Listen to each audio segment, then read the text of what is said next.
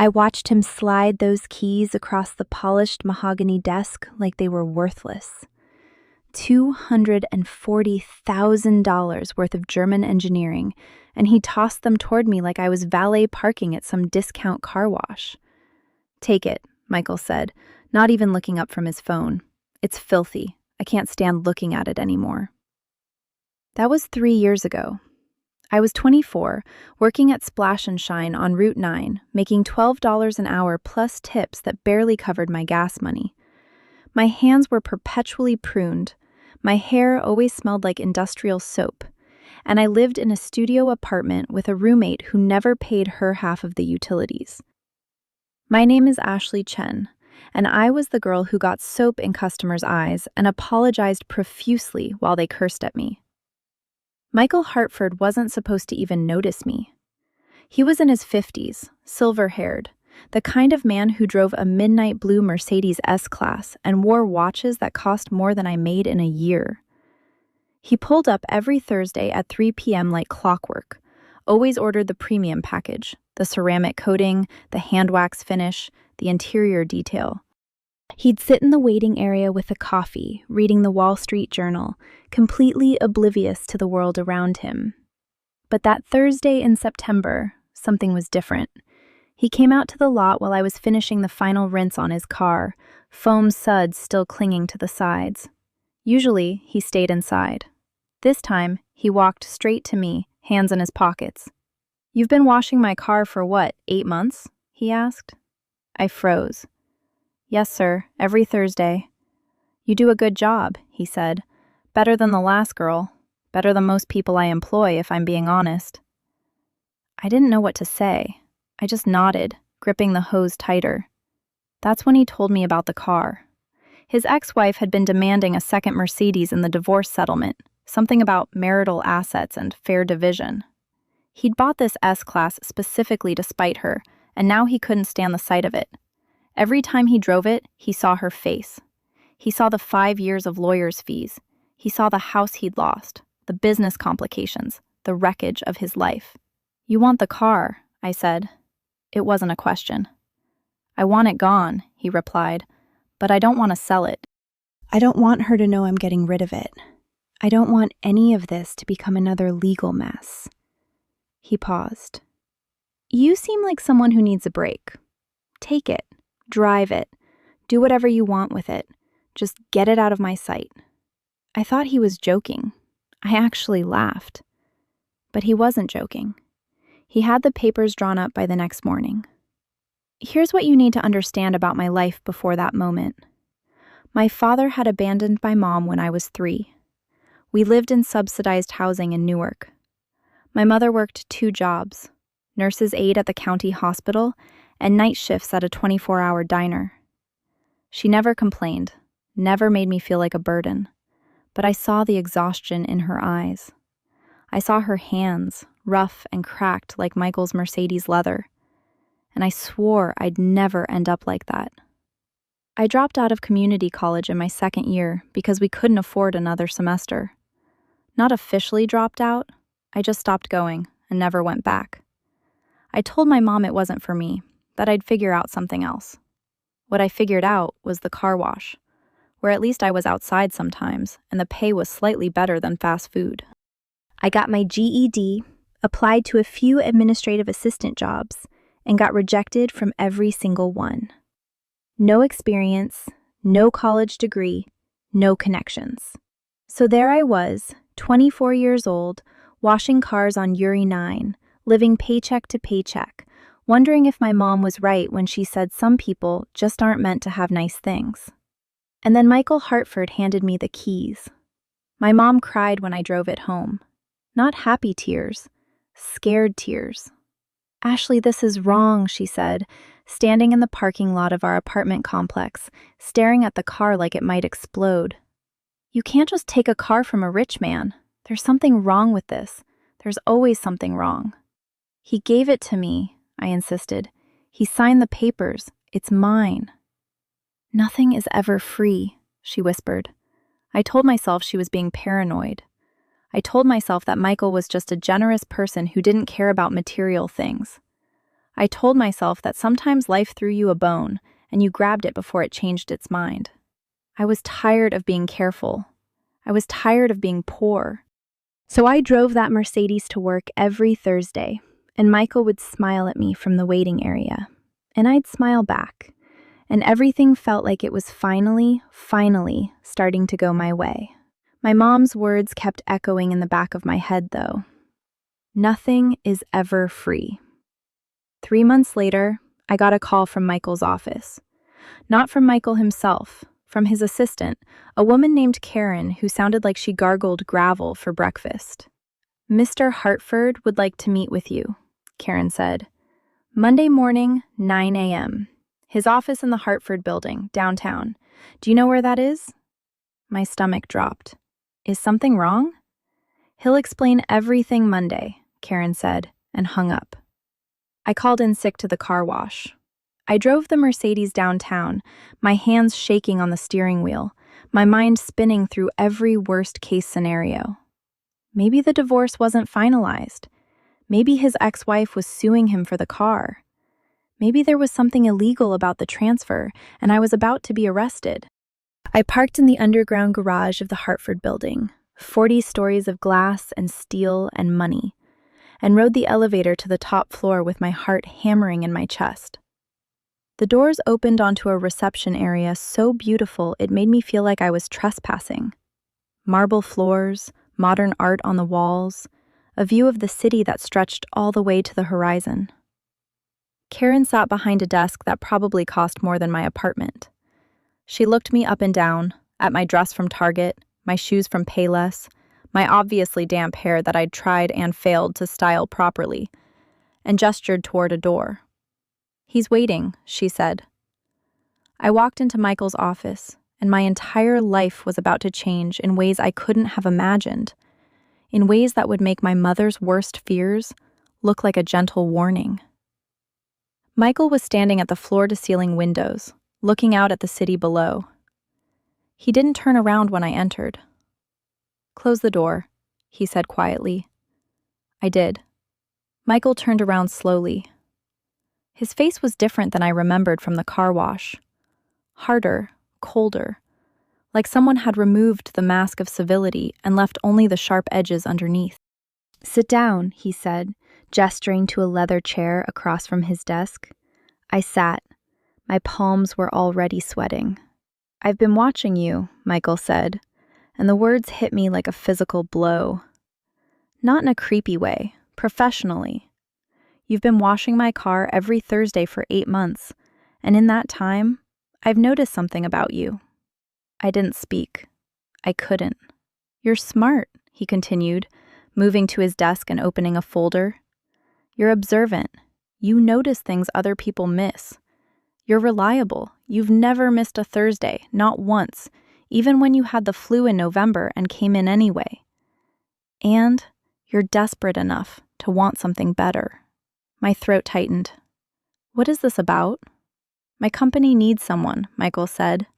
"An administrative assistant. Someone sharp enough to learn quickly, loyal enough not to stab me in the back, and hungry enough to do whatever it takes." The Mercedes was a test. The room tilted slightly. "A test?" "To see what you'd do with it," he said. "Would you immediately try to sell it? Would you run straight to a lawyer? Would you brag about it on social media?" He paused. "You did none of those things. You drove it carefully. You didn't post a single picture. You didn't tell anyone except your mother. That kind of discretion is rare." I felt sick. "You were testing me by giving me a $240,000 car?" "It's a car, Miss Chen," he said, and his tone made it clear I was supposed to accept that logic without question. "What I'm offering you now is an actual opportunity. $40,000 a year, benefits, a position as my executive assistant. You'll work directly for me. You'll have access to sensitive information, financial data, client information. And you'll sign an NDA that makes it very clear what happens if you ever breathe a word of anything you see in this office." I wanted to say no. I wanted to stand up and walk out and drive that Mercedes back to Route 9 and never think about Michael Hartford again. But I was 24 years old, making $12 an hour, living with a roommate who didn't pay rent. And I'd just been offered 40 grand a year. "When do I start?" I heard myself say. "Monday," he said. "Karen will get you set up with paperwork, security clearance, all of that. You'll work out your notice at the car wash, and by next Monday, you're here." 9 a.m. sharp. "Okay," I whispered. "One more thing," Michael added, and something in his voice made my skin crawl. "You tell no one about this job. Not your mother, not your roommate, not your best friend. You sign the NDA and you understand that breaking it would result in a lawsuit that would destroy you financially. Do you understand?" "I understand." "Good," he said. "Karen will see you out." I walked out of that office in a daze.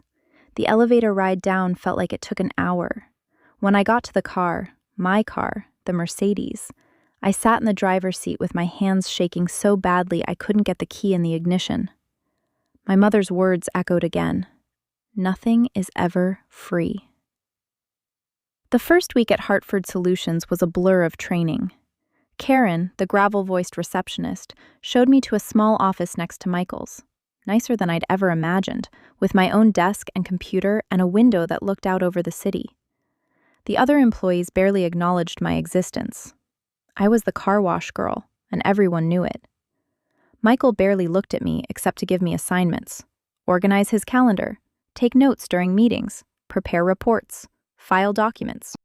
It was mindless work, but it paid, and I tried not to think about the way he'd watched me, the way he'd tested me, the way nothing about this felt like a normal job. 2 weeks in, something shifted. I was filing documents when I found a folder marked "Personal, Do Not Distribute." It fell out from a stack of papers on Michael's desk. I should have put it back immediately. Instead, I opened it. Inside were photographs. Michael with a young woman, maybe 30, blonde, beautiful. In one photo, they were at a restaurant, her hand on his arm. In another, they were at a hotel. The timestamp said 6 months ago.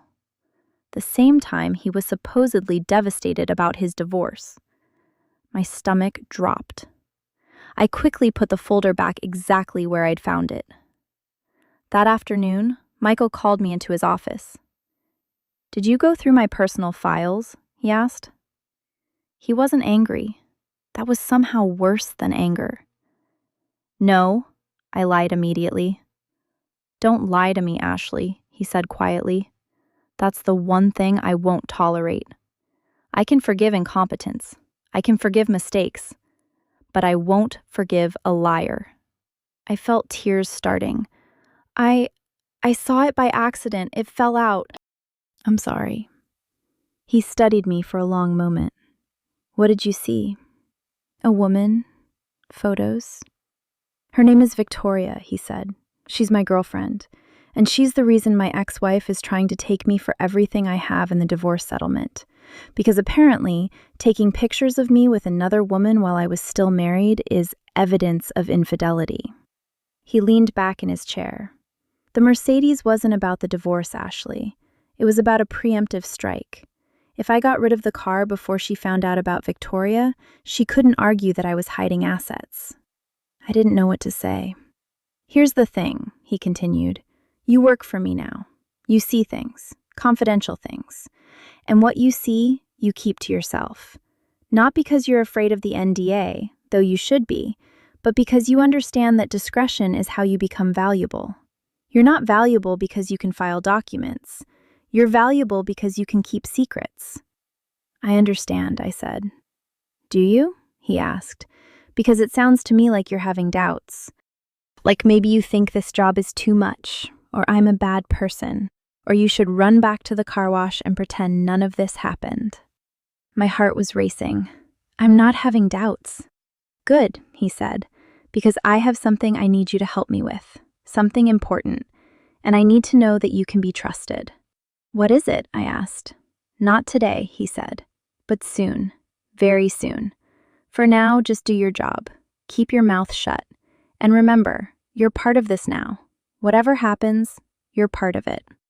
I left his office feeling like I'd been branded, like I'd crossed some invisible line and couldn't cross back. That night, I called my mom for the first time since I'd started the job. "How's the new job?" she asked, and I could hear the worry in her voice. "It's fine," I said. "It's good. I got a raise." "That's wonderful, baby," she said. "I'm proud of you." I felt like I was drowning. Over the next month, Michael slowly pulled me deeper. He had me handle increasingly sensitive tasks, emails with his lawyer about the divorce, financial records, calls with people whose names I didn't recognize, who spoke in careful, coded language. One afternoon, he had me book a hotel room for Mr. and Mrs. Harrison and wire $5,000 to an account in the Cayman Islands. "What is this for?" I asked, trying to keep my voice neutral. "Nothing you need to worry about," he said. "Just do it." I did it. And with each task, I felt myself sinking deeper, becoming complicit in something I didn't fully understand. The breaking point came on a Thursday, exactly 3 months after I'd started the job. Michael called me into his office late, around 7 p.m., when the rest of the staff had gone home. "I need you to do something for me," he said. "Something that requires absolute discretion." "What?" I asked. He pulled out his phone and showed me a video. It was Victoria, the girlfriend from the photos, in bed with another man. Michael had filmed it. Without her knowledge or consent, he had filmed her during a private moment.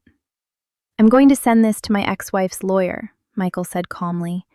"It proves that Victoria was involved with me during the marriage, which means my ex-wife's claims of infidelity are actually about her trying to punish me for moving on. I need you to create an email account under a fake name and send this to the lawyer. Untraceable, deniable."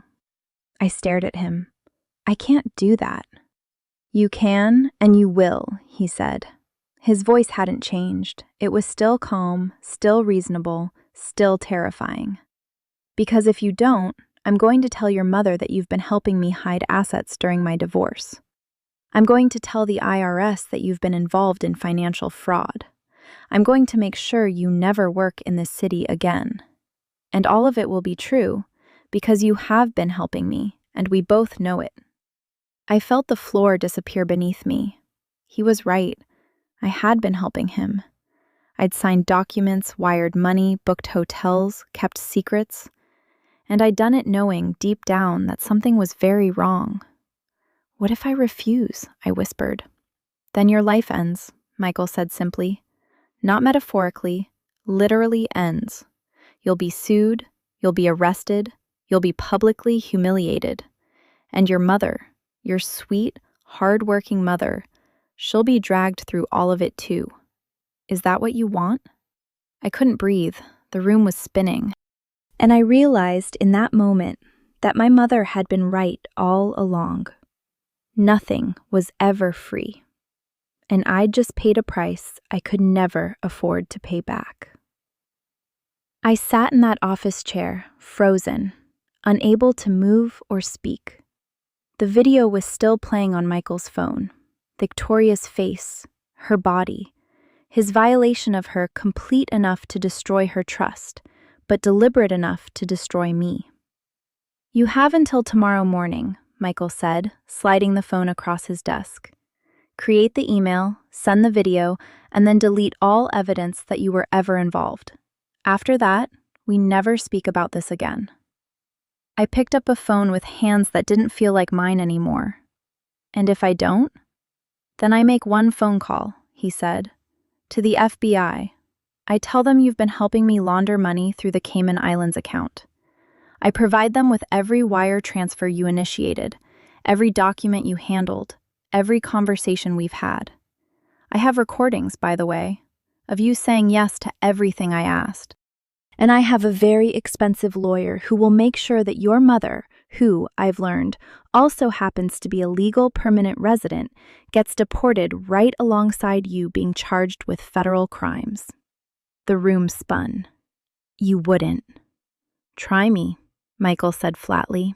I left his office at 9:30 that night. I drove the Mercedes in a daze, barely remembering the route home. When I got there, my roommate was asleep. I sat on my bed with my laptop for 3 hours, staring at the blank screen, unable to make myself move. At midnight, I did something I hadn't done in weeks. I called my mother. She answered on the second ring, her voice thick with sleep and instant worry. "Ashley? Baby, what's wrong?" "Mom," I said, and my voice broke. "I need to tell you something." It took me 40 minutes to explain everything. The car wash, the Mercedes, the job, the NDA, the money transfers, the video, Michael's threats. By the time I finished, my mother was crying so hard she couldn't speak. "We have to go to the police," she finally whispered. "He'll destroy us," I said. "He said he'd deport you." "He said he'd listen to me," my mother interrupted, and her voice was suddenly steady in a way I'd never heard before. "I didn't work for 20 years at the county hospital and raise you alone just so you could let some man destroy both of us. We are going to the police right now, tonight, and we're going to tell them everything." The Newark Police Department's night shift officer, Detective Maria Santos, was a woman in her 50s with sharp eyes and zero patience for bullshit. She listened to my entire story without interrupting, took detailed notes, and then asked me one question that changed everything. "Do you have proof that he threatened you?" I opened my phone and showed her the text messages. Michael had been stupid enough to text me the details about what would happen if I didn't comply. He'd spelled out the threats about my mother's immigration status, the federal charges, everything. "This is good," Detective Santos said. "This is very good. We can work with this." Over the next 3 days, I became a cooperating witness in a federal investigation. The FBI seized Michael's office. They got warrants for his computers, his phones, his bank records. They found the video on his encrypted cloud drive, along with dozens of other recordings, not just of Victoria, but of other women. He'd been filming people without consent for years. But here's where the story gets interesting. Victoria came forward too. She hired a lawyer and filed a civil suit against Michael for recording her without consent. The evidence I provided to the FBI was also given to her legal team. And when Michael's ex-wife found out that he'd been trying to send that video to her lawyer as part of the divorce proceedings, she fired her legal team and hired new lawyers who specialized in spousal abuse and harassment. Michael Hartford went from being a powerful businessman to a defendant in 3 separate investigations within a week. The federal charges came first: money laundering through the Cayman Islands account, wire fraud, conspiracy. The prosecutors told me they had enough to put him away for at least 15 years. Then came Victoria's civil suit. She was awarded $2.3 million in damages. Then came the criminal charges from the state for recording without consent. That added another 5 years to his potential sentence. And then, in what I can only describe as poetic justice, his ex-wife's lawyer found evidence that Michael had been hiding assets during the divorce settlement. They filed a motion to reopen the case. The judge ordered him to pay her an additional $1.6 million. In the span of 10 days, Michael Hartford went from threatening to destroy my life to facing decades in prison and losing nearly $4 million. I didn't go to his trial. The prosecution didn't need me to testify. The evidence was overwhelming. But I watched the news coverage. I saw him being led out of the courthouse in handcuffs, his silver hair disheveled, his face gray with shock. He looked smaller than I remembered. Ordinary. Like just another man who thought money made him untouchable. My mother and I sat in my apartment. The same apartment I'd lived in with the freeloading roommate, except now I could afford to buy her out and live alone. And we watched it together. "Are you okay?" my mother asked, squeezing my hand. I wanted to say yes. I wanted to feel triumphant, but the truth was more complicated than that. I'd been complicit. I'd helped him hide money. I'd signed documents knowing they were wrong.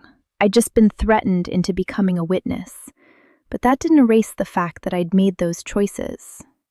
"No," I said honestly, "but I will be." 3 months later, I got a job as an administrative assistant at a nonprofit that helps victims of financial crimes. The pay was half what Michael had paid me, but I slept better at night. My coworkers didn't know my story. I'd signed an agreement with the prosecution that I wouldn't discuss the details publicly during the trial period.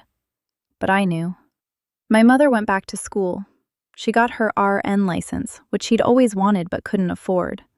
She's been working as a registered nurse for the past year, and she's happier than I've ever seen her. The Mercedes sat in my parking lot for 6 months before I sold it. I got $230,000 for it, just as valuable as when Michael gave it to me. I used the money to help my mother pay off her student loans and to buy myself a reliable used Honda Civic. People ask me sometimes if I regret what happened.